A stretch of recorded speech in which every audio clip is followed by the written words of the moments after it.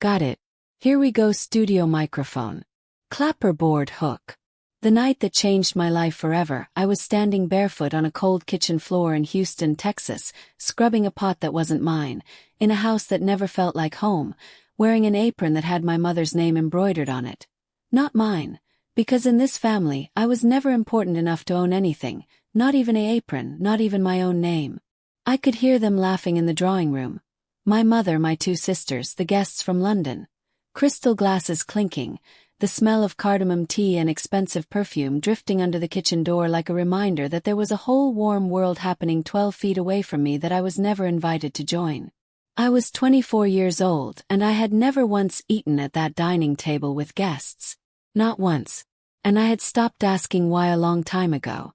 But that night, that specific Thursday night in October, a man walked past my kitchen door, stopped, turned around, and looked at my face like he was looking at a ghost he had been chasing for 18 years.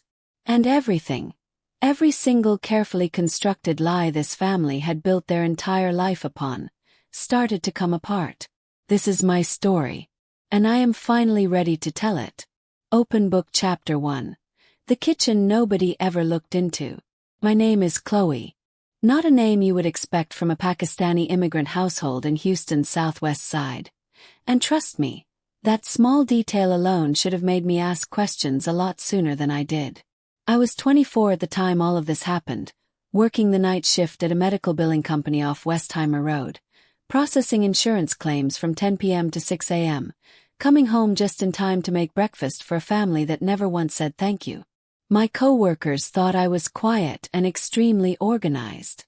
My supervisor had already mentioned me twice for a senior analyst position. Outside of that house on Maple Creek Drive, I was competent, I was sharp, I was someone people noticed. Inside that house, I was furniture. I had grown up watching my two older sisters, Amara and Nadia, move through that home like they owned every room in it, which in a way I suppose they did. Amara was 28. Worked at a law firm downtown, drove a white Audi that my father had put a $6,000 down payment on for her 25th birthday. Nadia was 26, finishing her MBA at Rice University. Her entire tuition paid for without a single conversation about money. They had their own bathrooms, their own schedules, their own friends who came and went through the front door while I used the side entrance because my mother said it was more convenient for carrying groceries. I want you to sit with that for a moment. The side entrance. For 18 years. My parents had immigrated from Karachi in 1999, just before I was brought into this house. My father, Imran, ran a modest import business out of a commercial unit in Stafford. My mother, Rihanna, managed the home with the precision of a woman who needed everything to look perfect from the outside. They were respected in the Houston Pakistani community. They went to the right events, gave to the right causes, smiled in the right photographs. And they had built that entire reputation on top of a secret that was buried in a basement box behind 14 years of old tax returns. But I didn't know that yet. What I knew at 24 was this. I woke up every morning at 5 a.m. before my night shift ended or sometimes after it, depending on the week. And I cooked breakfast for 4 people who rarely acknowledged I had entered the room. I cleaned bathrooms that were not mine. I ironed clothes that were not mine. I missed my own cousin's graduation party because my mother needed me to stay home and prepare dinner for her friends, and when I mentioned quietly that I had wanted to go, she looked at me the way you look at a piece of furniture that has suddenly started making noise and said, "Chloe, please don't make everything about yourself." I was 19 years old when she said that. I remember standing in that kitchen holding a serving spoon, and feeling something inside me go very, very quiet. Not broken. Not angry. It was quiet. The kind of quiet that builds up slowly over years until it becomes something else entirely. I graduated from Houston Community College with a 3.8 GPA while working 20 hours a week and managing that entire household. Nobody came to my graduation. My father said he had a business meeting. My mother said she wasn't feeling well. Amara and Nadia didn't mention it at all. I took a photograph of myself in my cap and gown in the parking lot of the college, alone, with my phone propped against my car tire. That photograph sat in my phone camera roll for 3 years before I could look at it without feeling something crack open in my chest. But here is what I want you to understand about me before this story goes any further. I was not a victim in the way people imagine victims. I was not crying in corners. I was not begging for love. I had learned very early that love in that house was a transaction, and I was simply never given the currency to participate. So I worked, I observed, I stayed quiet. And without knowing it, I was paying very close attention to everything. That habit, that quiet and careful attention to detail that 18 years of invisibility had trained into me, that was the thing that would eventually save me. But first, things had to get a great deal worse. I want to be very precise about something before I go any further, because I have told pieces of this story to people over the years and the reaction I get most often is, well, maybe they were just strict, or maybe it was a cultural thing, and I want to address that directly and honestly. This was not strictness. This was not culture. I've seen strict households. I have seen traditional Pakistani families where discipline was firm and expectations were high for everyone equally. I have cousins raised in homes like that.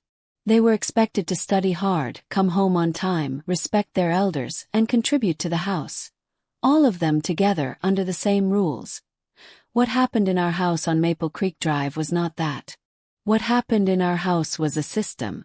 A quiet, carefully maintained, never spoken aloud system in which 2 daughters had value and 1 daughter existed to service the other 2.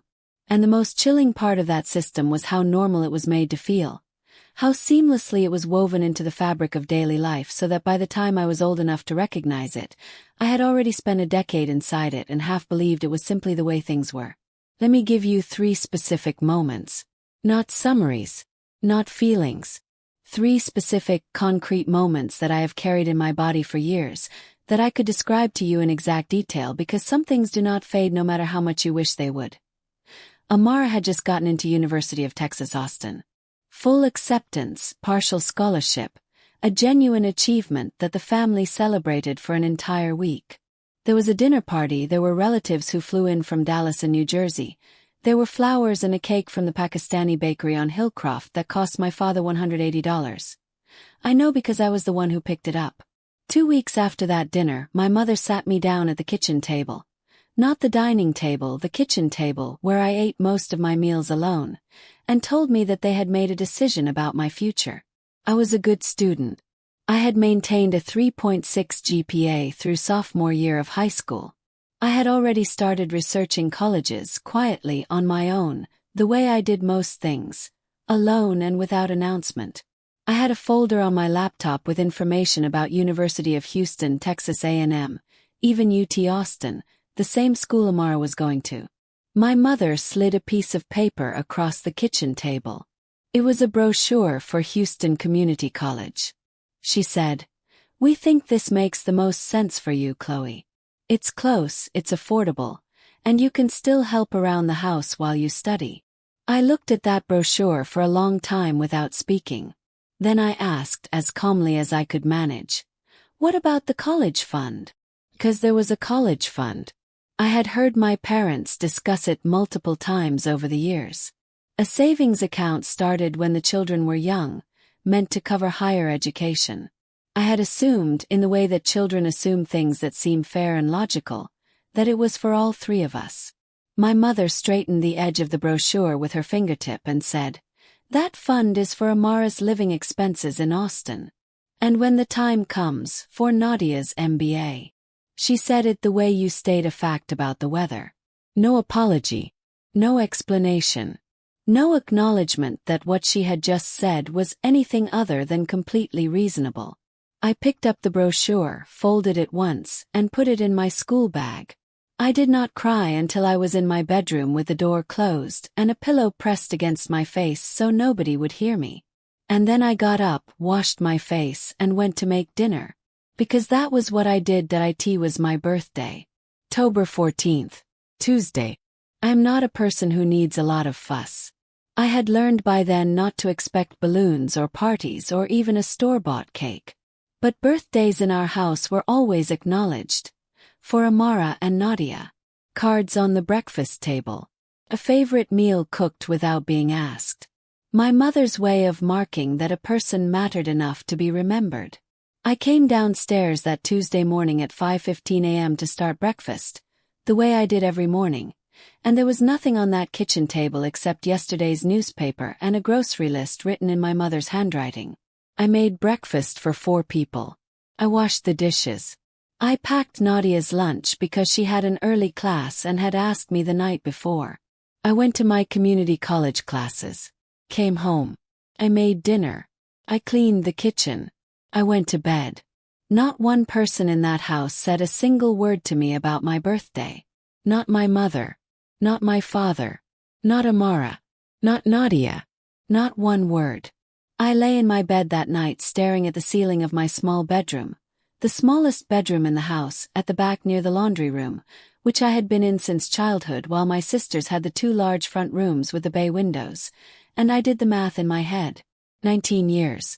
I had been in that house for 19 years, and I was so invisible that my birthday passed like a Tuesday in a month with 31 other days and nobody noticed. I remember thinking very clearly, very calmly, something is wrong here. Not with me. With this. Something is structurally, fundamentally wrong with this picture. It was the first time I had allowed myself to think it that plainly. I had enrolled in a GED preparation course, not because I needed the GED, I already had my high school diploma, but because the course offered a pathway into a paralegal certification program that I had been researching for 8 months. The program was offered through a partnership with a law firm training institute off Bel Air Boulevard. The cost was $340. I had saved it myself from my part-time job at a grocery store on Westheimer. I had not asked my parents for a single dollar. I had been attending the prep course for 3 weeks on Tuesday and Thursday evenings when my mother called me one Thursday afternoon at 4:47 p.m.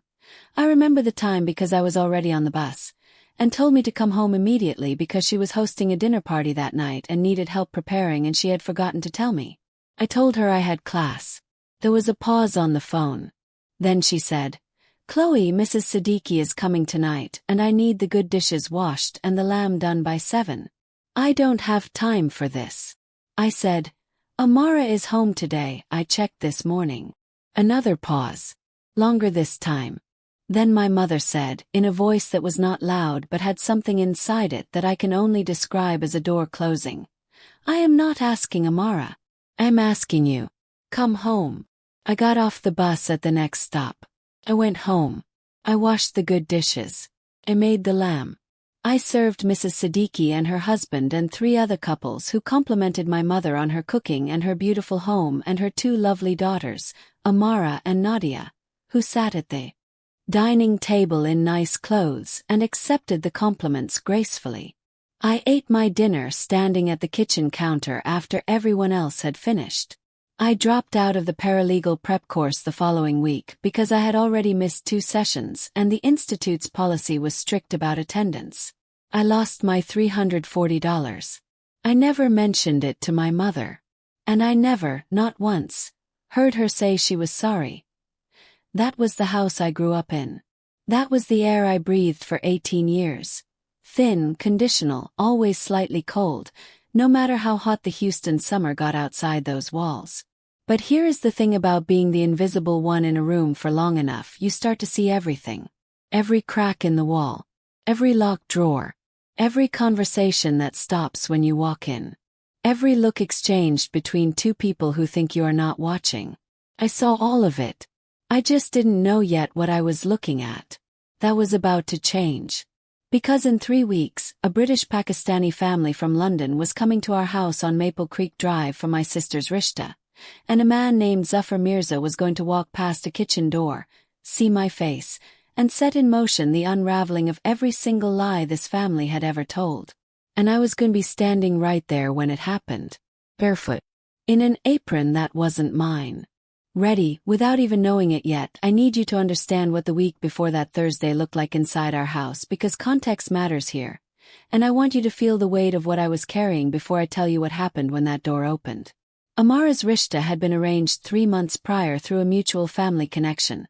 A Pakistani family from Birmingham, England, who had relocated to London 6 years ago and built what my mother described to her friends as a very good name in British-Pakistani social circles. The groom's name was Haroon Mirza, 29 years old, civil engineer. Polite from what I was told, though I was never actually in the room long enough to form my own opinion. His mother was quiet and elegant. His two sisters wore modest but clearly expensive clothes. And his father, Zafar Mirza, was the kind of man whose presence you felt before you saw him, even through a closed kitchen door. My mother had been preparing for this visit for 6 weeks. 6 weeks of cleaning, reorganizing, repainting the downstairs hallway, buying new cushion covers for the sofa, ordering a new dining table runner from an online Pakistani boutique that took 3 weeks to arrive and cost $94 that she made my father pay for without telling him the price until after it had already shipped. She had the whole visit choreographed down to the minute. The guests would arrive at 6. Tea and mithai first in the drawing room. Then dinner at 7:30. Then formal conversation. Then photographs if things went well. Then the slow and gracious departure around 10, leaving behind the kind of warm, satisfied energy that leads to a second visit and eventually a formal engagement. It was a performance. A very expensive, very carefully rehearsed performance. And I was the stage crew. For the 3 days leading up to the Thursday of the visit, I did not sleep more than 3 hours a night. I want to be specific about what those 3 days looked like because I think sometimes people hear the word helping and imagine something manageable and voluntary. This was neither. On Monday I deep cleaned the entire ground floor of the house. Bathrooms, kitchen, hallway, drawing room, dining room, while also doing 4 loads of laundry and ironing the tablecloth my mother had decided needed to be pressed twice because the first press left a faint crease near the left corner that apparently only she could see. On Tuesday I made 4 separate dishes for the freezer so they could be reheated on Thursday without looking reheated. Lamb karahi, chicken korma, dal makhni, and a rice dish that took 2 hours alone because my mother wanted it layered properly in the traditional dum style. I also made 2 dozen gulab jamun from scratch because my mother said the store-bought ones were embarrassing for a visit of this caliber. On Wednesday I was sent to 3 different grocery stores across Houston's southwest side because the first didn't have the right brand of cardamom, the second didn't have fresh curry leaves, and the third, a South Asian grocery on Hillcroft that I had been going to since I was 12, finally had everything I needed. I drove my mother's car because she was at the salon getting her hair done for a visit that was still 24 hours away. I came home with $340 worth of groceries and packed them alone. I started prep work at 9 p.m. and finished at 1:30 a.m. I was at my medical billing job by 10 p.m. the following night because I could not afford to miss a shift. I want you to add all of that up and really sit with it. On Thursday, the day of the visit, I was running on approximately 4 hours of sleep spread across 2 days. My hands smelled permanently of cardamom and dish soap. There was a small burn on my left wrist from the karahi oil that I had covered with a bandage from the first aid box under the kitchen sink. I had not been told what to wear because nobody had thought to include me in that conversation. I was wearing dark jeans and a plain white kameez that I had ironed myself between 4 a.m. and 5 a.m. that morning. At 5 p.m., 1 hour before the guests were due to arrive, my mother came into the kitchen where I was doing final plating arrangements and looked at me the way you look at a room that is almost ready but needs one more adjustment and said, "Stay in the kitchen tonight, Chloe. Come out only to serve. Don't linger." I looked at her.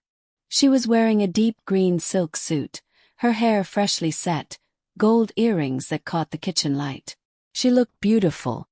She looked like a woman who had built something worth showing off. I said, "Okay." 'Cause I always said okay. She left the kitchen. I turned back to the stove. And I told myself what I always told myself in those moments. Keep moving, keep your hands busy, don't feel it right now, feel it later. I was very good at that. The guests arrived at 6:15. I heard them through the kitchen door. The sounds of greeting, the shuffling of shoes being removed in the hallway, my mother's warmest and most performative laugh, the kind she reserved for important visitors and weddings and moments when she needed people to believe she was a certain kind of woman. I plated the mythi on the good serving tray, the silver-edged one that lived in the top cabinet and only came down for special occasions, and carried it to the drawing-room door, knocked twice and waited. Nadia opened the door just wide enough for me to pass the tray through without fully entering. I caught a glimpse of the room in that narrow opening. My mother seated at the head of the arrangement, Amara beside her looking genuinely nervous and genuinely beautiful in a rose-gold suit, my father stiff and formal in his good sherwani, and across from them a row of visitors I had spent 3 days cooking for and would never be properly introduced to. The door closed. I went back to the kitchen. I stood at the stove and I stirred the korma and I listened to the muffled sounds of a celebration I was not part of. At 7 o'clock I began transferring the food to the serving dishes. The kitchen door was slightly ajar, not fully open, maybe 4 inches, because the kitchen ran hot when all 4 burners were going and I had pushed it open with my foot 20 minutes earlier without thinking about it. I was at the counter with my back to the door, carefully ladling the dal into the good ceramic serving bowl, when I heard footsteps in the hallway. Not the light, fast footsteps of my mother or sisters. Heavy, deliberate, unhurried footsteps. The footsteps of a man who moved through spaces like he owned them, not because he was arrogant but because he had simply stopped being nervous about the world a long time ago.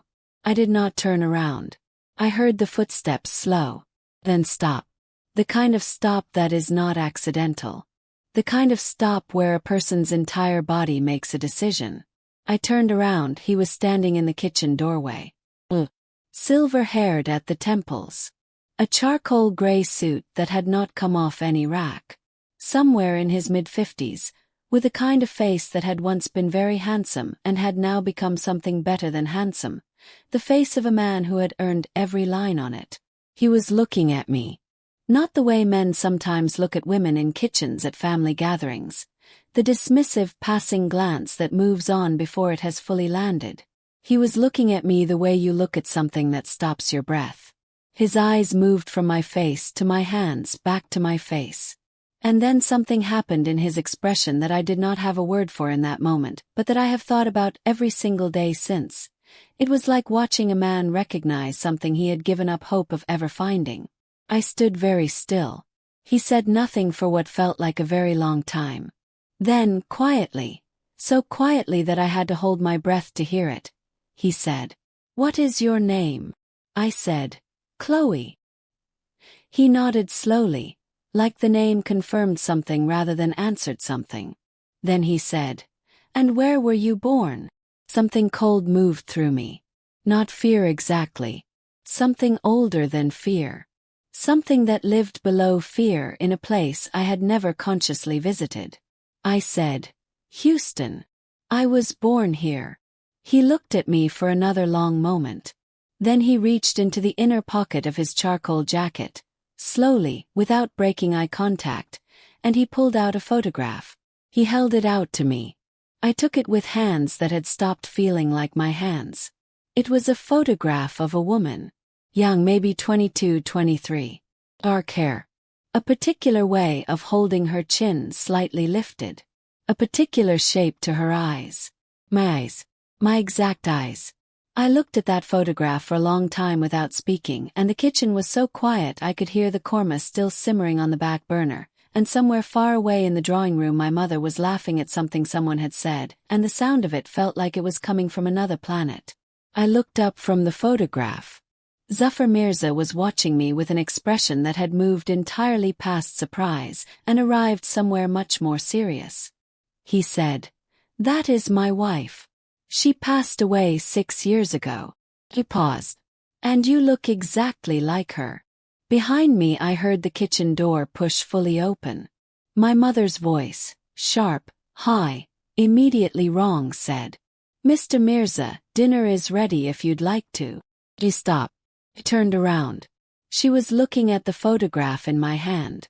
And in the half-second before she rearranged her face into something controlled and social and performance, ready, I saw it.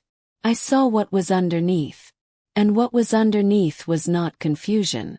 What was underneath was recognition. She knew that photograph. She had always known that photograph. My father appeared in the doorway behind her a second later, and his face did something I had never seen my father's face do in 24 years of watching him: collapse. Zafar Mirza did not look at either of them immediately. He kept his eyes on me for one more moment, steady, certain, unafraid. And then he turned to my parents and said, in a voice that was completely terrifyingly calm, "I think we need to pause the evening."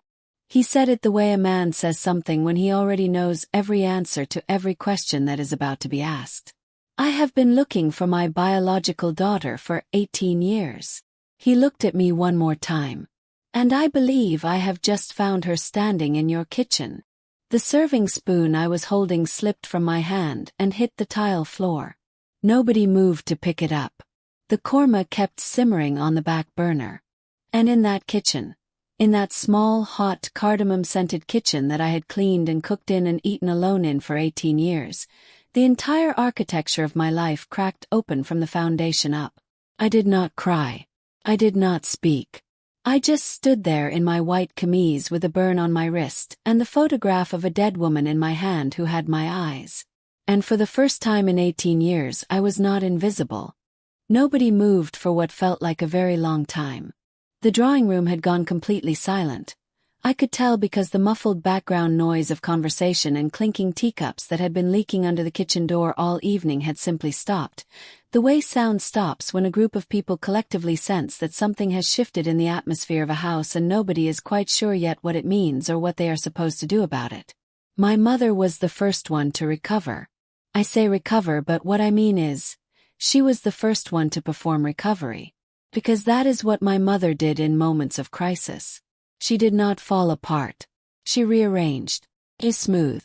She redirected with the practiced efficiency of a woman who had spent decades making sure that the surface of things always looked exactly the way she needed them to look. She stepped fully into the kitchen, pulled the door mostly closed behind her, and said to Zafar Mirza in a voice that was warm and slightly confused and entirely constructed, "Mr. Mirza, I think there may be some misunderstanding. Chloe is our daughter. She has always been our daughter." Zafar Mirza looked at her. He did not raise his voice. He did not step forward. He simply looked at her with the patient, immovable expression of a man who has been lied to before, and has learned exactly what it looks like, and has also learned that engaging with a lie directly is a waste of everyone's time. He said, "Of course." 2 words. Completely neutral. And somehow those 2 words were more devastating than an accusation would have been, because they made it clear that he was not arguing with her. He was simply noting her response and filing it away. He was done with the performance portion of the evening. He was moving on to something else entirely. He looked at me one more time, not with pity, not with urgency, but with a kind of quiet steadiness that I had genuinely never seen directed at me by anyone in my life, and then he said, "I apologize for the disruption to your evening." He said it to the room. Then he turned and walked back down the hallway toward the drawing room, and I heard him say something quietly to his son, and then I heard the sounds of a family gathering itself together with polite efficiency, the rustle of fabric, the soft exchange of formal goodbyes, my father's voice doing something strained and too loud in the hallway trying to hold the shape of normalcy together for 30 more seconds. The front door opened. The front door closed. And then there was silence in our house on Maple Creek Drive that was unlike any silence I had ever heard inside those walls. My mother turned to me the moment the door closed. The performance was gone. What replaced it was something I had seen flickers of over the years in small moments. A coldness that lived behind her eyes when things did not go the way she needed them to go. A hardness that had nothing to do with anger and everything to do with control. She said, "Go to your room." Not "Are you okay?" Not "Let me explain." Not "That must have been confusing for you." Go to your room. Like I was 8 years old. Like the last 20 minutes had not just happened. I looked at her for a moment, really looked at her maybe for the first time in years, in the way you look at something when the familiar label you have always used for it has suddenly and irrevocably stopped fitting. And then I set the photograph down on the kitchen counter very carefully, took off the apron, folded it once, placed it next to the photograph and walked out of the kitchen. I did not go to my room. I went to the basement. I need to explain the basement. Our house on Maple Creek Drive was a 4-bedroom 2-story with a finished basement that my father used partly as a storage space and partly as a home office in the years when his import business had been doing well enough to require paperwork that needed its own room. In recent years the business had contracted and the office portion of the basement had been mostly abandoned. There was still a desk down there, an old Dell computer that hadn't been turned on in probably 3 years, 2 metal filing cabinets pushed against the far wall, and along the right side, floor-to-ceiling shelving units stacked with the accumulated administrative history of a family that had lived in one house for over 2 decades. Tax returns going back to 2001. Utility bills organized by year in manila folders. Insurance documents in labeled binders. The kind of paperwork that most families keep in a drawer somewhere, and my father kept with a meticulous, slightly anxious organization of a man who had immigrated to a country where documents meant everything and had never entirely lost the fear of not having the right paper at the right moment. I had been in that basement hundreds of times over the years. I had never looked at what was in those filing cabinets. I am not sure what made me start looking that night. Something in Zafar Mirza's certainty. Something in my mother's face when she saw the photograph. Something that had been sitting below the surface of my understanding for years, waiting for exactly the right pressure to bring it up. I pulled the chain on the basement light and went to the filing cabinets. The first cabinet was exactly what I expected. Axes, utility statements, my father's business licenses and import permits going back to the early 2000s, car insurance documents, home insurance renewals sorted by year. The orderly, unremarkable paper trail of an ordinary family living an ordinary life. I almost stopped there. I almost told myself I was being irrational, that I was in shock from what had happened upstairs, that I should go to my room the way my mother had told me to, sleep, and deal with whatever this was in the morning when everything felt less strange and unreal. I almost did that. Instead I opened the second cabinet. The second cabinet was different. The second cabinet was not organized the way the first one was. The folders were not labeled. The papers were not sorted by year. It had the feeling of a space where things had been put not to be found easily but to be kept. There is a difference, and I felt that difference the moment. I opened the drawer and saw the slight disorder of it, the way things had been stacked rather than filed, the way it looked like a place where someone had put something they needed to not look at but also could not bring themselves to destroy. I started going through it carefully.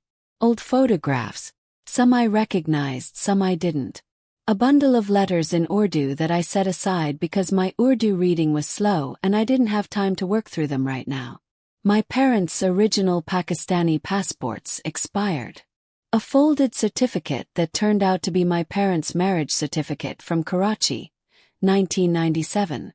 Kept going. And then, near the back of the second drawer, behind a manila folder containing what appeared to be old car loan paperwork from 2003, I found a white envelope.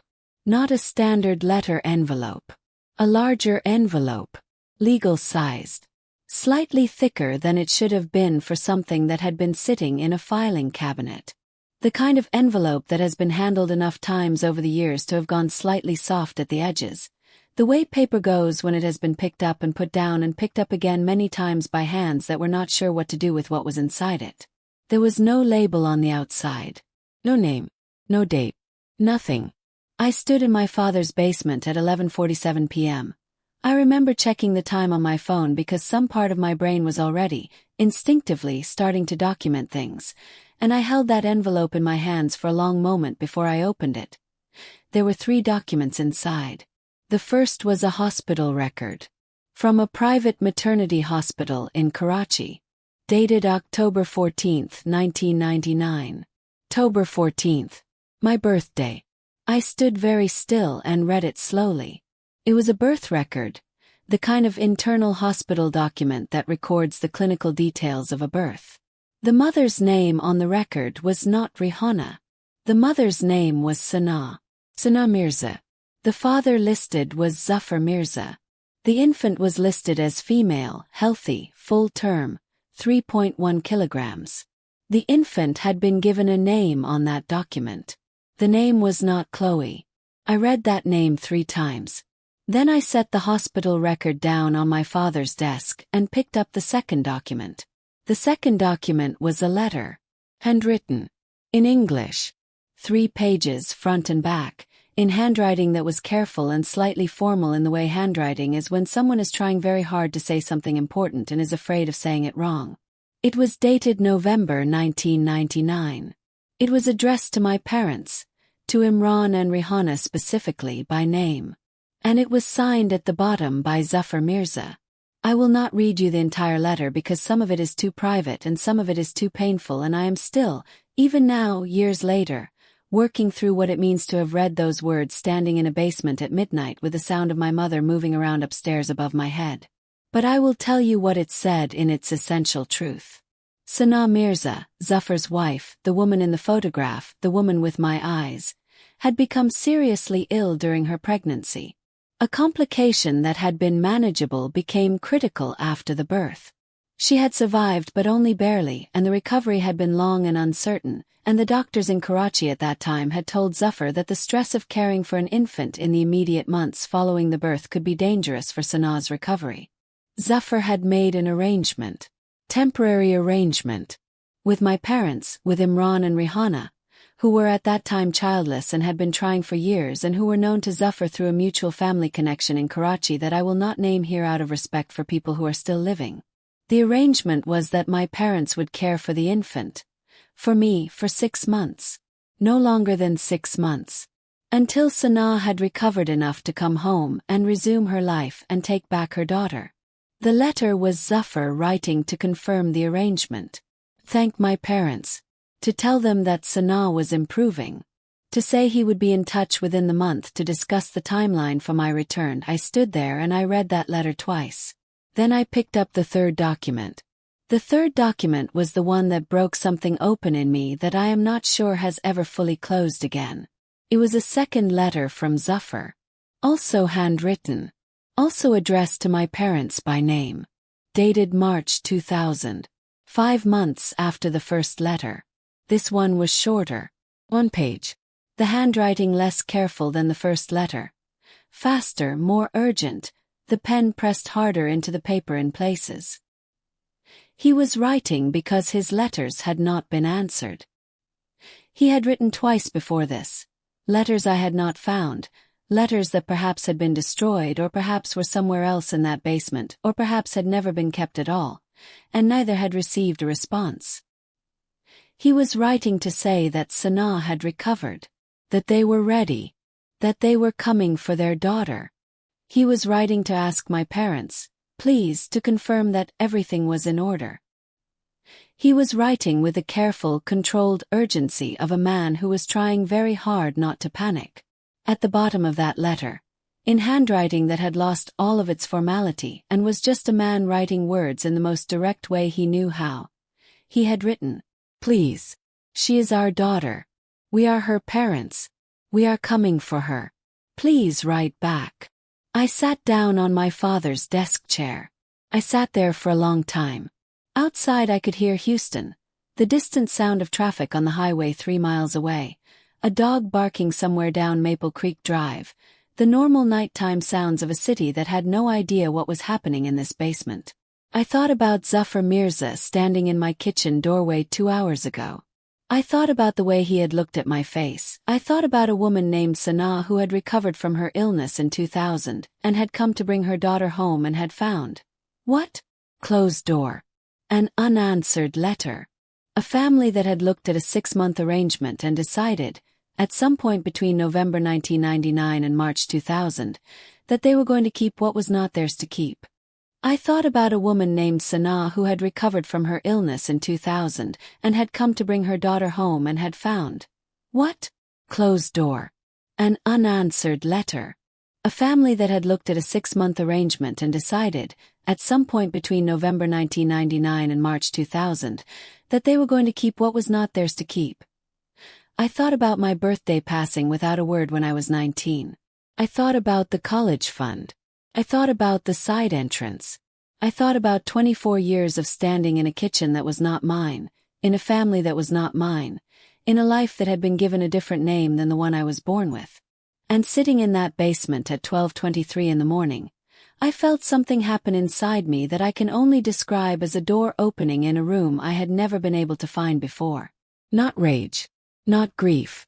Something much more useful than either of those things. Clarity. I took out my phone. I photographed every single document on that desk, front and back in good light, making sure every word was legible. I photographed the envelope. I photographed the filing cabinet drawer. I photographed the position of everything exactly as I had found it. Then I put every document back exactly as it had been. The same slight disorder, the same stack rather than file, the manila folder with the car loan paperwork placed back in front of it just as it had been. I turned off the basement light. I went upstairs. I walked past the kitchen where the korma was still sitting cold in its serving dish on the stove, and the good silver-edged mithai tray was still on the counter, and the serving spoon I had dropped was still on the tile floor where nobody had picked it up. I walked to my small bedroom at the back of the house near the laundry room. I sat on my bed. I looked at the photographs on my phone for a long time. And then I did something I had never done before in 24 years of living in that house. I made a plan. Not a plan born out of anger. Not a plan born out of hurt. A plan born out of the cold, clear, absolute certainty of a woman who had just found out that everything she had been told about herself was a lie, and who had the documents to prove it. What they did not know. What my mother did not know as she moved around upstairs above my head. What my father did not know as he sat in silence somewhere in that house trying to figure out how to contain what had just been set in motion, was that the most dangerous thing they had ever done was not taking me. The most dangerous thing they had ever done was underestimating me. For 18 years they had watched me scrub floors and cook meals and iron clothes and eat alone at a kitchen table, and they had concluded, somewhere along the way, that I was the kind of person who would simply continue to absorb whatever was given to her without ever pushing back. They had mistaken endurance for weakness. They had confused silence with surrender. And now I had 3 photographed documents on my phone, a name that was not Chloe, a biological father who had just looked at my face and known exactly who I was, and 8 hours before my next shift at the medical billing office where I happened to know, because I had processed enough insurance and legal documents in 2 years to have a working understanding of how paper trails functioned, exactly what kind of lawyer I needed to call first thing in the morning. I set my alarm for 7 a.m. I lay down on top of my covers, still in my white camise with the burn on my wrist. And for the first time in as long as I could remember, I slept without dreaming. I want to tell you something about the morning after. People who have never been through something like this, something that reorganizes the entire foundation of who you are in the space of a single evening, sometimes imagine that the morning after must feel dramatic. That you wake up and the weight of it hits you all at once and you fall apart before you even get out of bed. That grief and shock and anger arrive together like weather, loud and unmissable and impossible to function inside of. That is not what happened to me. I woke up at 7 a.m. when my alarm went off, the way I always woke up when my alarm went off. And for approximately 4 seconds I was just a person waking up in a small bedroom near a laundry room with morning light coming through a thin curtain. And then I remembered. And what I felt was not the collapse I might have expected. What I felt was the specific, focused, almost physical sensation of a decision that had already been made settling into place inside me. The way a key feels when it turns in a lock it was actually made for. Smooth. Inevitable. Correct. Got up. Showered. I dressed for work. I went downstairs. Damn, why mother was in the kitchen. This was not unusual. She was almost always in the kitchen in the morning, managing the start of the day the way she managed everything, with precise and slightly performative efficiency. But that morning she was standing at the counter with a cup of tea she was not drinking, and when I came through the kitchen doorway she turned and looked at me with an expression I had genuinely never seen on her face before. It took me a moment to identify it because it was so unfamiliar in the context of her face. It was uncertainty. My mother, Rihanna, the woman who had choreographed a rishta visit down to the minute, who had redirected a college fund without apology, who had told me to go to my room the night before as though I were a child who had witnessed something she wasn't supposed to see, was looking at me with uncertainty. She opened her mouth. I said, "I have to get to work." Quietly, pleasantly. The way I always said everything, she closed her mouth. I picked up my bag, my keys, and my phone from the kitchen counter where I had left them the night before, and I walked out through the side entrance. The entrance I had been using for 18 years because it was more convenient for carrying groceries. For what I had already quietly decided would be one of the last times, I sat in my car in the driveway for 30 seconds. Then I pulled out my phone and I did the first thing on a list I had been mentally constructing. Since 12:23 a.m.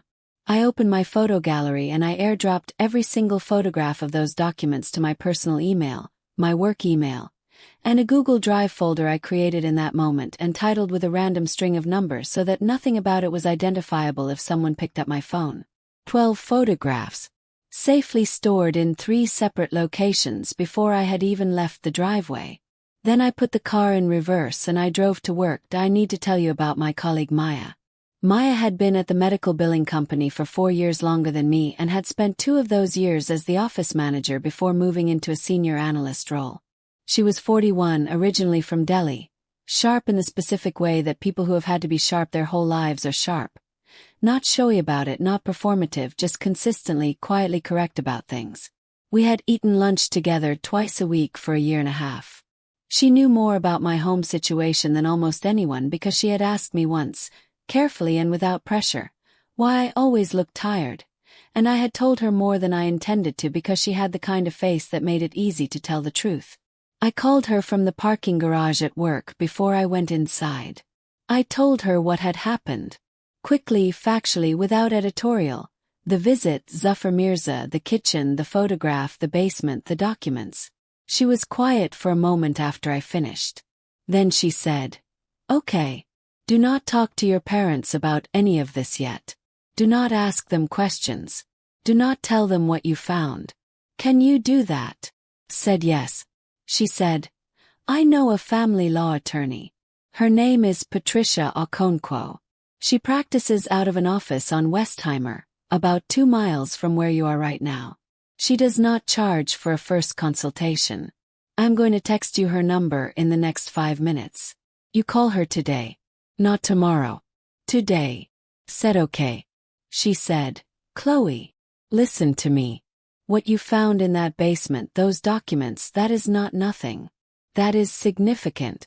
Do not minimize it before you speak to someone who knows what it means legally. Promise me." Promised her. She texted me Patricia Okonkwo's number 4 minutes later. I went inside and I worked my shift with the focused, mechanical steadiness that 18 years of compartmentalization had made second nature to me. I processed 47 insurance claims. I flagged 3 billing discrepancies.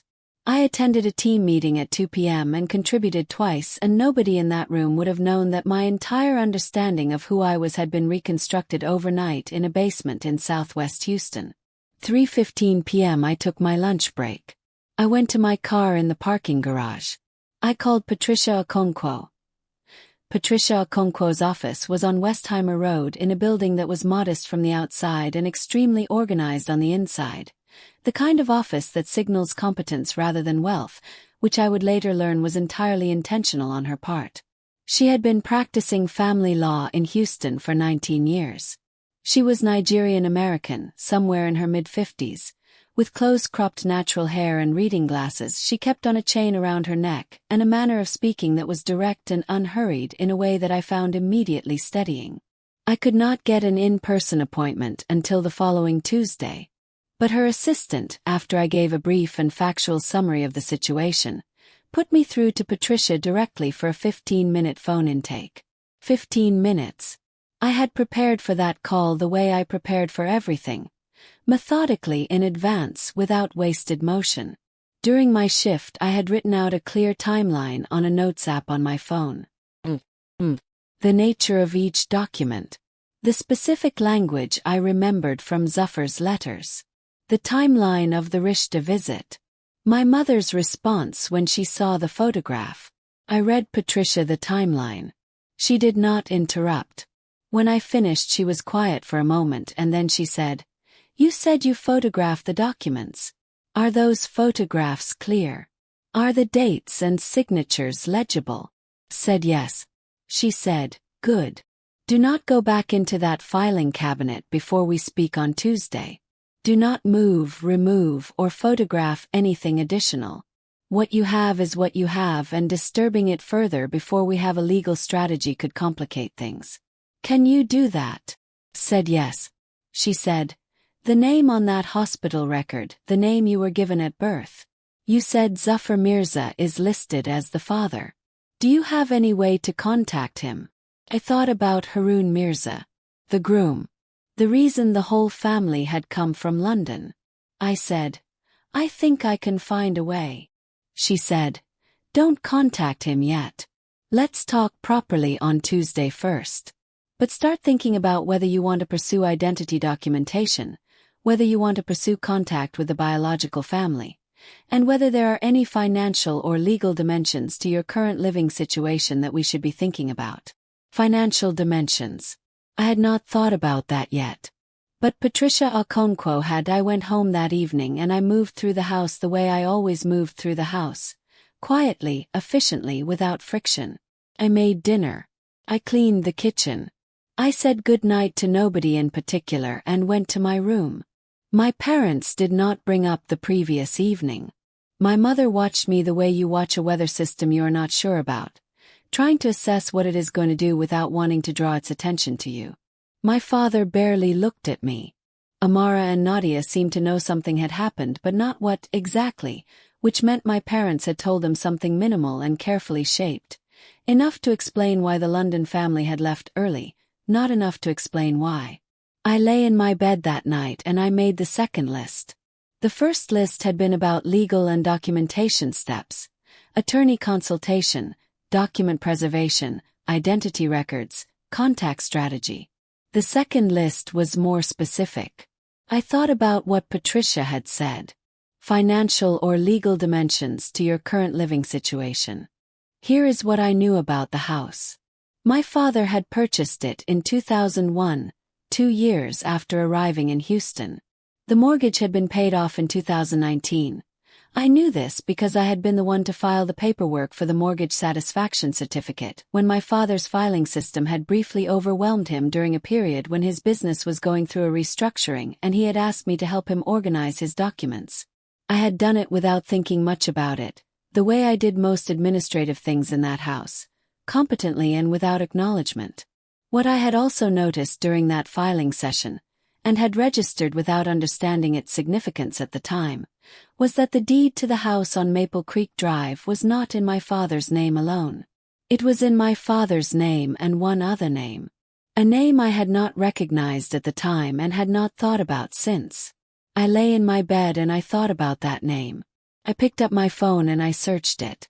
Took me 11 minutes to find what I was looking for. The second name on the deed to our house on Maple Creek Drive was a man who had immigrated from Karachi to Birmingham, England in 1998, and had subsequently built a property and import business that had expanded significantly over the following 2 decades. A man whose son had come to Houston for a rishta. A man who had stood in my kitchen doorway 2 evenings ago and looked at my face like he was looking at something he had never stopped searching for. Zafar Mirza's name was on my father's house. I sat up in bed. I went back through what I knew, slowly, carefully, fitting it together the way you fit together pieces of something when you finally have enough of them to see the shape. Zafar had made an arrangement with my parents in 1999. A temporary arrangement, according to the letter. Care for the infant for 6 months while Sana recovered. But arrangements like that, even informal ones, even ones between people who trusted each other, sometimes had financial components. Especially when one family was asking another family to take on the full care of a child for an extended period. Especially when the family doing the asking was a man who had resources and understood the weight of what he was asking. I thought about a man who had immigrated to Birmingham in 1998. Who had placed his newborn daughter in the temporary care of a family in Houston. Who had perhaps, as part of that arrangement, made a financial contribution that went beyond gratitude. Who had perhaps, in 1999 or 2000, before the letters went unanswered, before the door closed, before everything, put his name on a deed. As security. As commitment. As a man's way of saying, I will not abandon this arrangement. I will not leave you without something solid. Here is my name on something real and permanent, because my daughter is here and I am serious about this." And then the letters had stopped being answered. And the door had closed. And Zafar Mirza had flown back to Birmingham without his daughter. But his name had stayed on that deed. For 24 years. Without, I was now almost certain, my parents ever expecting anyone to look. I opened my Google Drive folder with the random number title. I looked at the 12 photographs. I thought about Patricia Okonkwo and her Tuesday appointment and her unhurried, precise way of asking exactly the right questions. I thought about a wedding planner. Because Harun Mirza was still, as far as I knew, engaged to my sister Amara. Which meant there was still, somewhere in the logistical machinery of the situation, a wedding planning process. Which meant there was a coordinator. Which meant there was an email address that was not personal and not private and was entirely accessible to anyone with a legitimate reason to use it. I was not going to contact Zafar Mirza directly. Patricia had said not to. Not yet. But I needed Zafar Mirza to know, without my parents knowing that I had made contact, that I had found the documents, that I knew what I knew, that I was not going to simply absorb this the way I had absorbed everything else. I needed him to know that the woman he had seen in the kitchen, the one who had taken the photograph from his hand without dropping it, who had stood perfectly still while the room fell apart around her, was not going to disappear back into the kitchen and pretend the evening had not happened. I needed him to know that his daughter was paying attention. I found the wedding coordinator's business email in 40 minutes using the information from Amara's own phone. She had left it on the kitchen counter while she showered that evening, which was something she did regularly because she trusted the house implicitly, the way people trust spaces where they have always been safe. I drafted an email. Short. Factual. Containing nothing that could be misread or used against me. I introduced myself by the name on that Karachi hospital record. Not Chloe. The other name. The name I had read 3 times in the basement and had been quietly trying on in my mind ever since. The way you try on something that fits differently than what you are used to but fits correctly in a way that nothing else ever quite has. I told him I had found the documents. I told him I had photographed them. I told him I had retained legal counsel. I told him, in one sentence at the end because it was the most important thing and I wanted it to be the last thing he read, that I was not afraid. I sent the email at 2:17 a.m. Then I put my phone face down on my nightstand. And I waited for Tuesday. What my parents did not know, what they could not have known because they had spent 18 years watching me absorb and endure and stay quiet and conclude from all of that watching that I was a person without edges, was that I had spent 2 years processing medical billing documents and insurance claims and legal correspondence and had developed, without anyone ever noticing or thinking it mattered, a precise and functional understanding of how documented paper trails work and what they can and cannot withstand. They had given me access to their filing cabinet. They had let me organize their paperwork.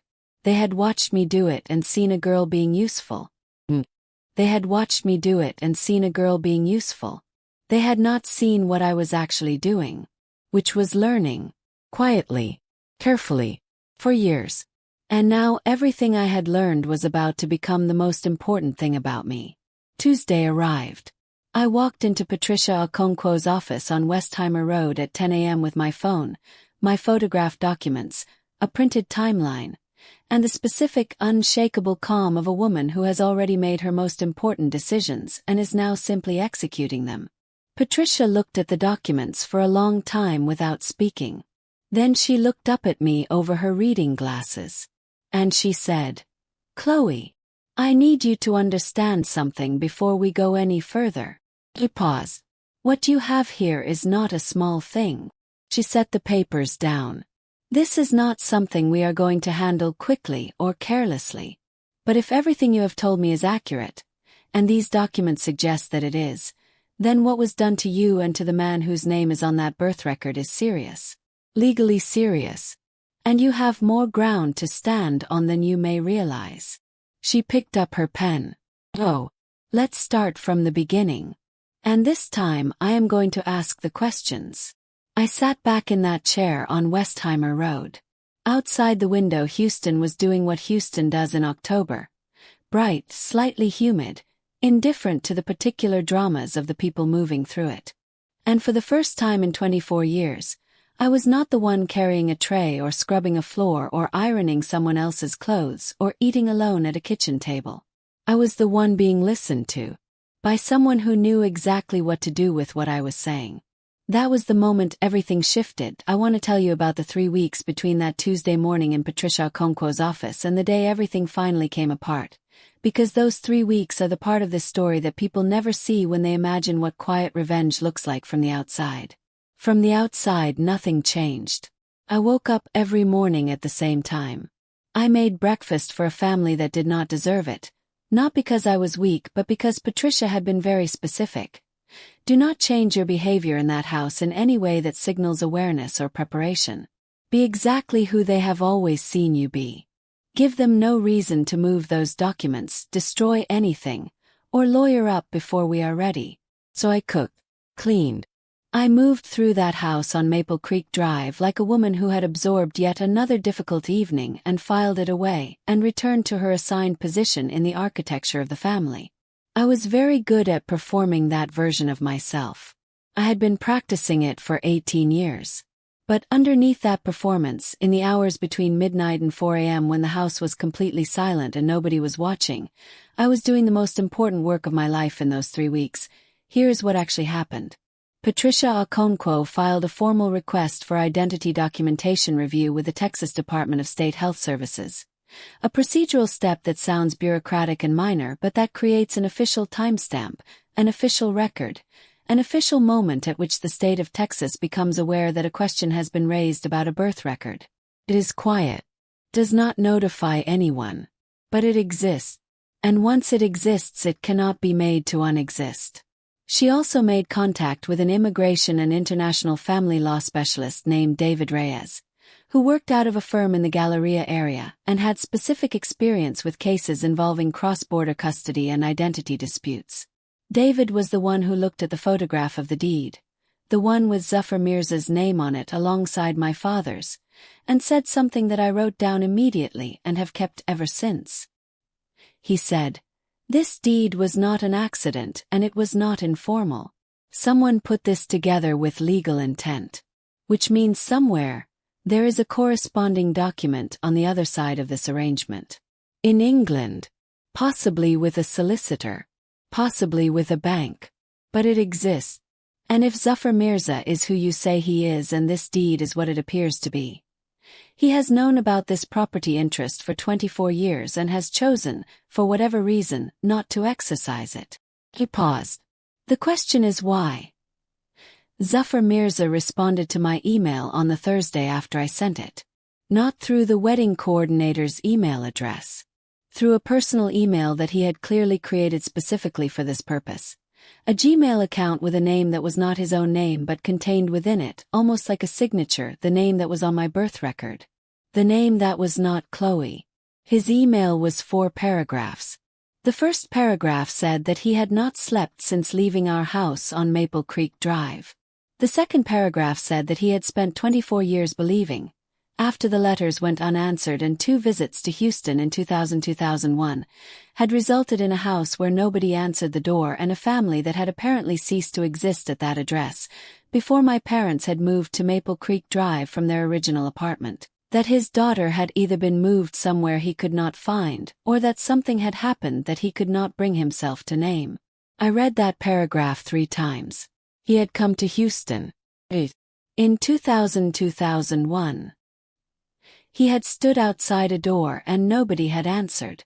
I thought about my parents in 2000, newly in possession of an infant they had decided to keep, fielding letters they had decided not to answer, perhaps in the process of moving to a new address, perhaps deliberately, perhaps not.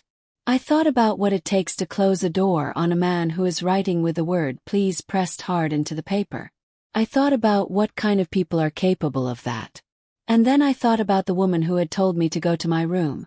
The third paragraph said that Sanaa, his wife, the woman in the photograph, had never recovered fully from not knowing what had happened to her daughter. That she had spent the remaining years of her life with a grief she could not explain to. Most people because the circumstances were complicated, and the shame of having made the arrangement in the first place had made it difficult to seek help or make noise. That she had died in 2018 believing her daughter was gone in a way that had no resolution. I sat with that for a very long time. The fourth paragraph said, "I do not want anything from you except the chance to know you. Whatever you decide, whatever path you choose, I will support it. I have retained a solicitor in London, and I understand you have retained counsel in Houston. Whatever this process requires, I am prepared for it. I just need you to know that I never stopped. I never stopped." I read those 3 words standing in the parking garage at work on my lunch break, and I sat down on the concrete curb between 2 parked cars, and I pressed my back against a wheel arch, and I let myself feel, for exactly 11 minutes, everything I had been managing so carefully for 3 weeks. Then I stood up, smoothed my clothes, and went back inside. Because I was not done yet. The DNA test was Patricia's idea and David's execution. It did not require my parents' participation or knowledge. It required only me and Zafar Mirza, both willing, both providing samples, both submitting through a certified legal DNA testing service that Patricia used for cases exactly like this one, a company based in Dallas that processed results in 14 business days and produced documentation that was admissible in Texas family court. Zafar flew from London to Houston for the test on a Tuesday. We met at the testing center, not at the house, not anywhere near Maple Creek Drive. It was the first time I had seen him since the kitchen. He was wearing a different suit, dark navy this time, and he looked like a man who had aged slightly in 3 weeks, in the specific way that people age when they are holding something very large very carefully. He looked at me the way he had looked at me in the kitchen, like I was real, like I had always been real. We sat in adjacent chairs in the waiting room of the testing center and filled out our forms in silence, and I thought about what to say and could not find anything, and then he said, quietly, looking at his form rather than at me, "She would have liked you." I did not ask who he meant. Already knew. I said, "Tell me about her."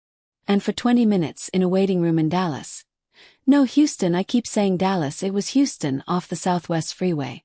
I heard about a woman named Sana Mirza who had been funny and stubborn and had wanted to be an architect and had instead become a mother and had loved it and had never, not for a single day of the remaining 19 years of her life, accepted that the story was over.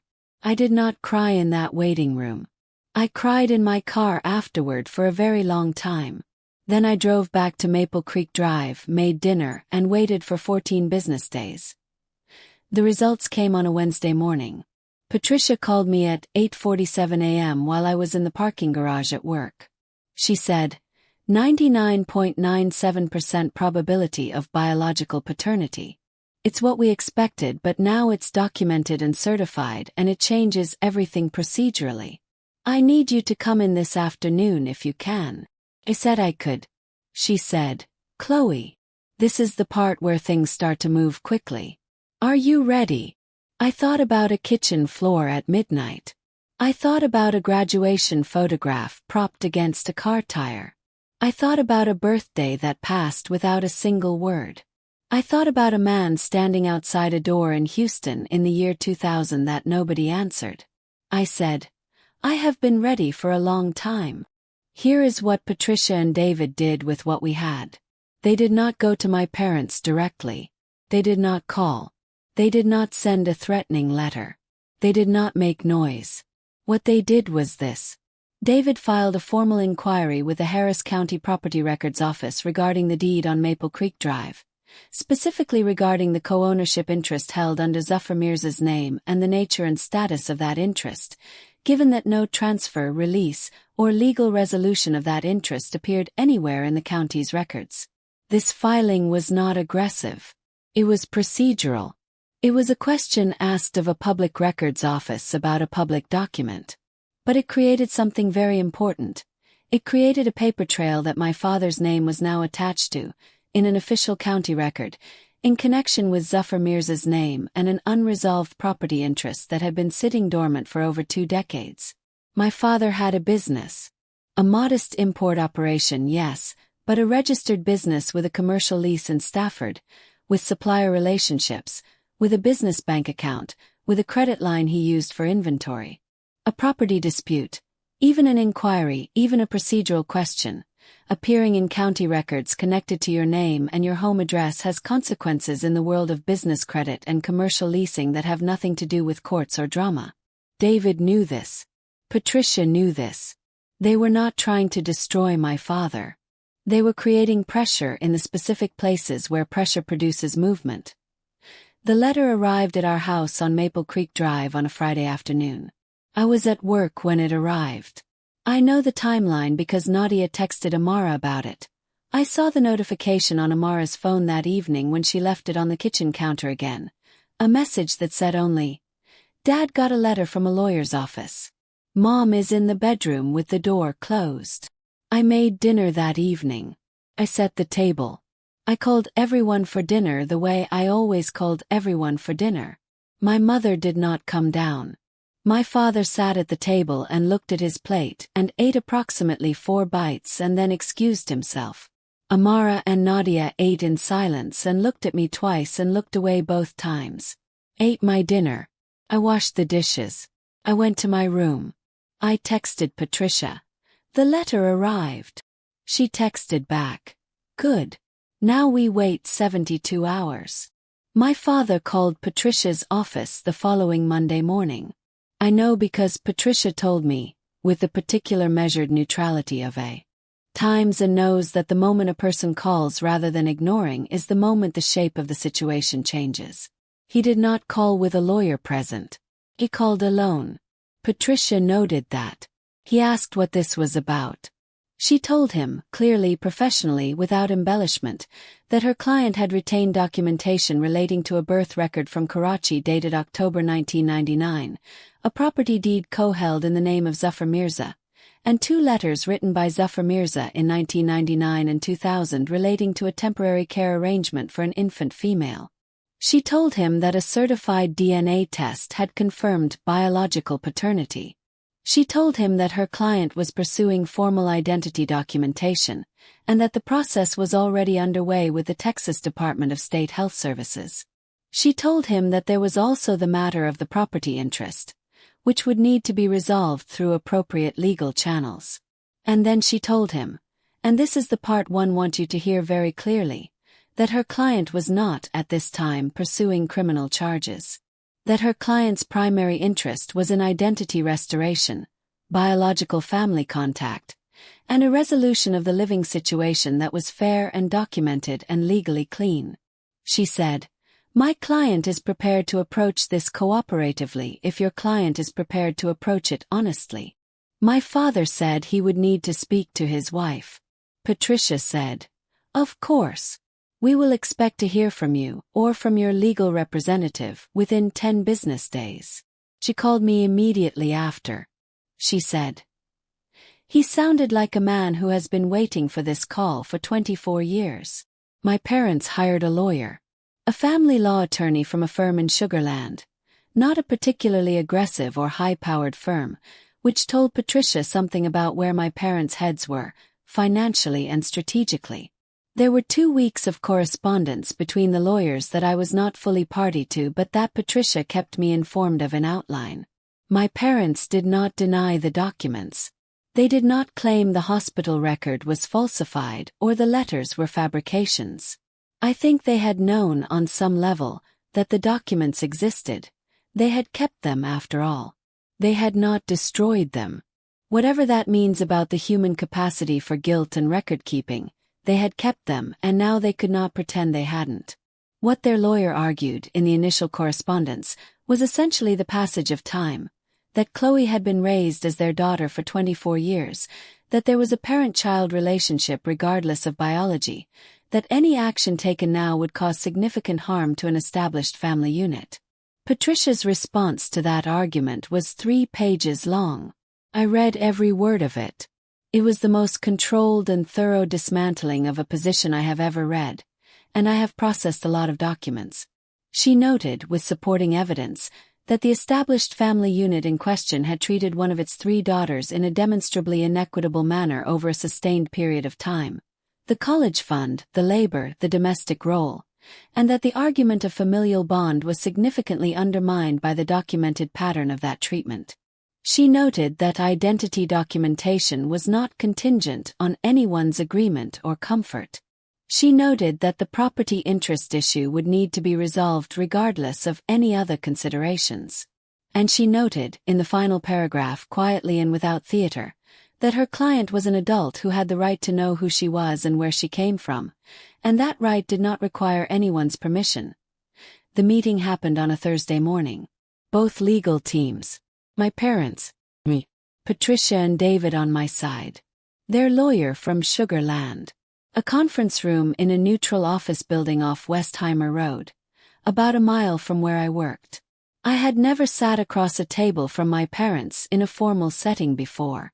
It was a strange thing to see them in that context, outside the house, outside the roles and rituals that had defined our relationship for my entire life. Just two people in a conference room with a lawyer and a water carafe and fluorescent lighting that was kinda no one. My father looked older than I had ever seen him look. My mother sat very straight and looked at a point slightly to the left of my face for most of the meeting, the way she had always looked at me, close enough to suggest attention, far enough to maintain distance. I looked at both of them directly. The meeting was not dramatic. It was procedural and documented and conducted entirely in the measured language of legal process, which I had come to understand is actually much more powerful than drama because it cannot be dismissed or minimized or redirected. My parents confirmed on the record, in the presence of counsel, that they had entered into an informal care arrangement with Zafar Mirza in 1999. They confirmed that the arrangement had been intended as temporary. They confirmed that they had received the letters. My mother's lawyer tried twice to reframe, to suggest that circumstances had changed, that Sanaa's illness had been more serious than Zafar had indicated, that my parents had believed, genuinely believed, that returning me would have been harmful. Patricia let him finish both times. Then she asked one question. Did you inform Zafar Mirza of that belief in writing, verbally, or through any intermediary? Silence. Did you make any attempt to reach him to discuss the arrangement after March 2000? More silence. Did you, at any point between 2000 last October, take any step to regularize, legalize, or formally document the care arrangement under Texas family law? The silence after that third question was the longest. And in that silence, everything that needed to be said had been said. The resolution took 6 weeks from that Thursday meeting to finalize. It was not a single dramatic moment. It was a series of documents, filings, and signed agreements that accumulated into a new reality so gradually that I almost did not feel it happening until it had already happened. My legal name was formally amended. Not erased, amended. A Texas court issued an order recognizing the birth record from Karachi, acknowledging the biological parentage of Zafar Mirza, and updating my identity documentation accordingly. It was 4 pages of court language that said, essentially, what Zafar Mirza had said in a kitchen doorway in October, that I had always been someone, and now the paperwork agreed. The property interest in the Maple Creek Drive house was resolved through a negotiated agreement between David and my parents' lawyer.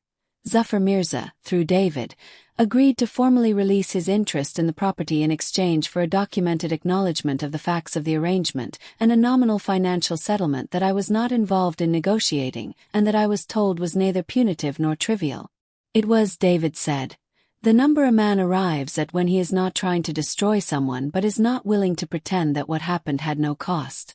I moved out of the house on Maple Creek Drive on a Tuesday in January. I did not move far. A 1-bedroom apartment in the Meyerland area, 20 minutes away, close enough to work, quiet, mine.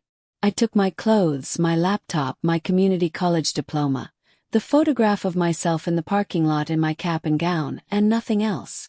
My mother stood in the hallway when I was leaving with the last box. She did not say she was sorry. She said, "You didn't have to do it this way." I stood in the hallway of that house for the last time and I thought about all the things I could say. I thought about the college fund and the side entrance and the birthday and the paralegal course and the apron with someone else's name on it, and a man standing outside a door in the year 2000 that nobody answered. I said, Yes, I did. And I walked out. Through the front door. For the first time that I have been in my apartment in Ireland for 8 months. It is small. A one-bedroom on the second floor of a quiet building with a window above the kitchen sink that faces east, which means that on the mornings I do not have to be at work early. I can stand at that sink with a cup of coffee and watch the light come in from the right direction for the first time in my life. I bought a small plant for the windowsill 3 weeks after I moved in.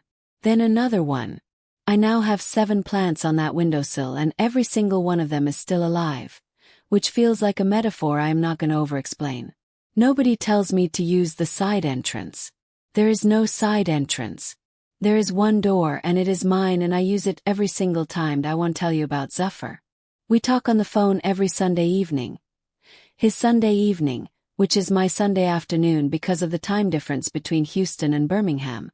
He calls at 4 p.m. my time without fail. The way a person calls when they have spent a very long time not being able to call and have decided that consistency is the only apology adequate to that absence. We talk for an hour, sometimes longer. He tells me about Birmingham, about the business, about the house he has lived in since 1998, about the garden that Sanaa planted, and that he has maintained exactly as she left it because he could not bring himself to change it and has now stopped wanting to. He tells me about her. Every Sunday he tells me something about her, something small and specific, the kind of detail that only a person who loves someone for a long time would remember and would think to pass on. The way she laughed too loudly in movie theaters and was completely unashamed of it. The specific tea she drank every morning, a blend she ordered from a shop in Karachi that shipped to Birmingham and that Zuffer still orders, 2 boxes a month, even now, 6 years after she died, because stopping felt like the wrong kind of ending. I listened to all of it. I am learning who I came from. It is the strangest and most necessary education I have ever received, and I am taking it seriously. He has 2 sisters. My half-sisters, though Zuffer never uses that word.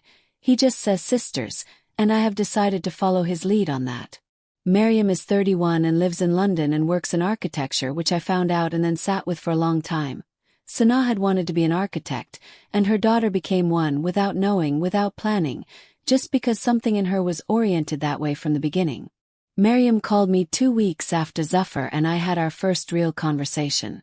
She cried for the first 4 minutes of the call and then collected herself and said, "Sorry. We looked for you. I need you to know that. We looked." I told her I knew. Layla is 27 and studying medicine in Edinburgh, and she sent me a voice note instead of calling because she said she was better with words when she could edit them, which is a sensible approach to an impossible situation and which made me like her immediately. I have not met any of them in person yet. We are planning for the spring. Zuffer wants to come to Houston first to see where I grew up, to walk the neighborhood, to understand the geography of the years he missed. I told him the neighborhood is ordinary and flat and very hot in summer, and he said he did not care about any of that. He just wanted to stand on the same ground. Said okay. I think about that visit sometimes. About showing him the community college where I graduated alone, the parking lot where I propped my phone against a tire, the medical billing office on Westheimer where I took a lunch break in a parking garage and called a lawyer who changed my life. I think about whether those places will look different with someone standing next to me who knows what they mean. I think they will. I want to talk about my parents for a moment because I think this story is incomplete without honesty about where that stands, and I have never been a person who leaves the hard parts out. I have not spoken to my father since the day I moved out. I have spoken to my mother once. Briefly, accidentally, at a community event 3 months ago that I had not known she would be at. We stood 6 feet apart near a buffet table, and she looked at me the way she had looked at me in that conference room, at a point slightly to the left of my face, and said that I looked well. Said thank you.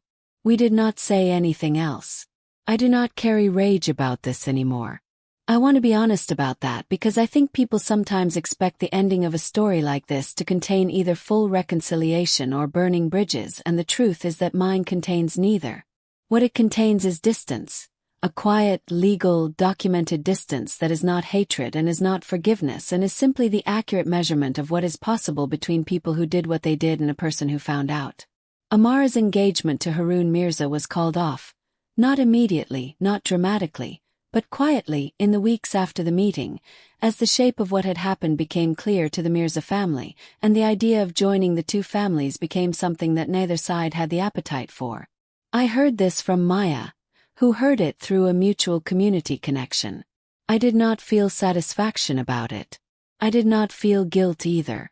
I felt the particular neutral clarity of a consequence that belongs entirely to the people who created the conditions for it. Amara texted me once, 4 months after I moved out. The text said, "I didn't know. I want you to know that I didn't know." I read it several times. I have not yet decided what to do with it. That is the honest answer, and I think it deserves to stay honest. I got the senior analyst position at work. Patricia Okonkwo came to my work celebration dinner. Maya organized it, 7 people, a restaurant on Westheimer, an actual table with an actual place set for me. Patricia arrived late because she had been in court and came in still carrying her briefcase, and ordered the most expensive thing on the menu without looking at the price, and gave a toast that was 3 sentences long and completely perfect. David Reyes sent flowers to the office the next morning with a card that said, "Well deserved. On both counts." I keep that card in my desk drawer. I think about what I want to say to you now, to whoever is listening to this from wherever you are, and I keep coming back to one thing. Not a lesson exactly. More like an observation. For 18 years I was invisible in a house that needed me to stay invisible in order to function the way it had decided to function. And in all that time, all those years of side entrances and kitchen tables and birthdays that passed without a word, I was told in 100 different ways that were never actually spoken aloud, that invisibility was my natural condition. That it was simply who I was. And I believed it. Not completely, not always, but enough. Enough to stay quiet, enough to keep absorbing, enough to mistake the walls of that house for the boundaries of what was possible for me. What I know now, what I learned in a basement at midnight with a phone and 12 photographs and a decision made out of clarity rather than anger, is that invisibility is never a natural condition. It is always something that has been constructed. By someone. For a reason. And the moment you understand that, the moment you see the construction clearly, the beams and the nails and the particular architecture of the silence that was built specifically to contain you, you are already most of the way out. The rest is just paperwork. My name is not Chloe. It is the name on a hospital record in Karachi dated October 14, 1999, written by a doctor who had just delivered a healthy girl to a woman named Sanaa who laughed too loudly in movie theaters and wanted to be an architect and drank a specific tea every morning and loved her daughter from the first second and never, not for a single day, stopped. I've been going by that name for 4 months now. It still feels new in my mouth sometimes. The way anything feels new when you have spent a long time calling yourself something else. But it fits. In the way that things fit when they were made for you. And I am learning. Slowly, plant by plant, Sunday call by Sunday call, morning light through an east-facing window by morning light through an east-facing window. What it feels like to live inside a life that was actually meant for me. Feels like standing at a kitchen counter. But this time the kitchen is mine. The apron has my name on it. And there is no door I am not allowed to walk through. If you have ever been made to feel like the invisible one. In your family, in your home, in any room you were supposed to belong in, I want you to hear this. That invisibility was never the truth about you. It was only ever the truth about the people who needed you to stay small. You were always something. The paperwork just hadn't caught up yet.